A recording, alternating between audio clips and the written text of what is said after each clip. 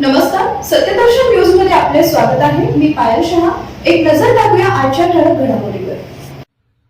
शिंदे गटांचे नगरसेवक ठाकरेंच्या संपर्कात. मुंबई महानगरपालिकेच्या निवडणुकीत भाजप शिंदे सेनेला काठावरचं बहुमत मिळाल्यानंतर आता मुंबईचा महापौर कोण होणार याकडे सर्वांचं लक्ष लागलंय. मुंबईचा महापौर कोण होणार यावरून सध्या प्रचंड रस्सीखेच सुरू आहे. एकनाथ शिंदे यांच्याकडून मुंबईत सुरुवातीच्या 2.5 वर्षासाठी महापौर पदावर दावा केला जाण्याची शक्यता आहे. अशातच उद्धव ठाकरे यांनी देवाच्या मनात असेल तर मुंबईचा महापौर शिवसेनेचाच होईल असं वक्तव्य करून सस्पेन्स वाढवला होता.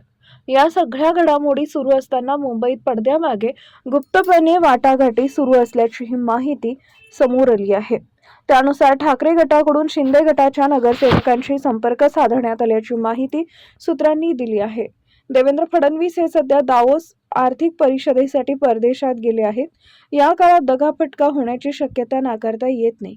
त्यामुळे ठाकरे गटाकडून आपल्या नगरसेवकांशी संपर्क साधण्यात आल्याची कुणकुण लागण्यानं एकनाथ शिंदे यांनी आपल्या सर्व 29 नगरसेवकांना वांद्रे येथील ताज लँड्स एंड या पंचतारांकित हॉटेलमध्ये ठेवल्याचं समजतंय. मुंबई महानगरपालिकेत सत्ता स्थापना होईपर्यंत या नगरसेवकांना हॉटेलमध्येच ठेवलं जाणार आहे.